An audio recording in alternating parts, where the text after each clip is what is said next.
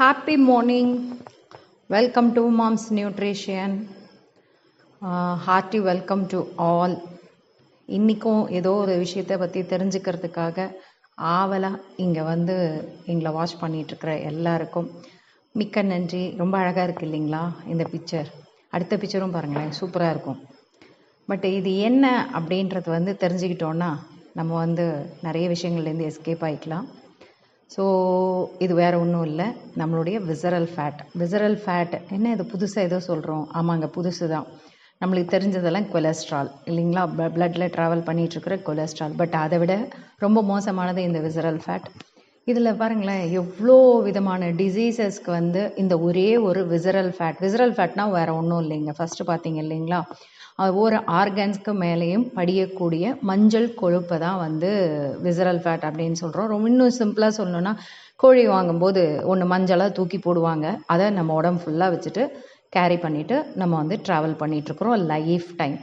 So இந்த visceral fat அப்படின்றது வந்து நம்மளோட இன்னர் ஆர்கன்ஸில் வந்து சுற்றி இருக்குது அப்படின்னு சொல்லிட்டேன். அதில் நிறைய பிக்சர்ஸ் போட்டிருந்தாங்க இல்லைங்களா, என்னென்ன டிசீசஸ் சொல்லிட்டு. ரொம்ப அப்படியே நோட்டபுளாக சொல்லணும் அப்படின்னு சொன்னால், ஹார்ட் டிசீசஸ்க்கு அண்டு ஸ்ட்ரோக் வர்றதுக்கு அண்டு டயபெட்டிஸ்க்கு அண்ட் ஹைப்பர் டென்ஷனுக்கு இந்த visceral fat one of the reason. இதுக்கு மேஜர் சோர்ஸ் அப்படின்னு பார்த்தீங்கன்னா செடென்ட்ரி லைஃப் ஸ்டைல், அதாவது உட்காந்துக்கிட்டே இருக்கிற வேலை செய்கிறது, நிறைய டைம் வந்து பாடி மூமெண்ட் இல்லாமல் இருக்கிறது, ஸ்மோக் பண்ணுறது, ட்ரிங்க் பண்ணுறது, இது எல்லாமே one of the important reason. And இதுலேயும் ரொம்ப முக்கியமான ஃபேக்டர் அப்படின்னு பார்த்தீங்கன்னா ஸ்ட்ரெஸ்.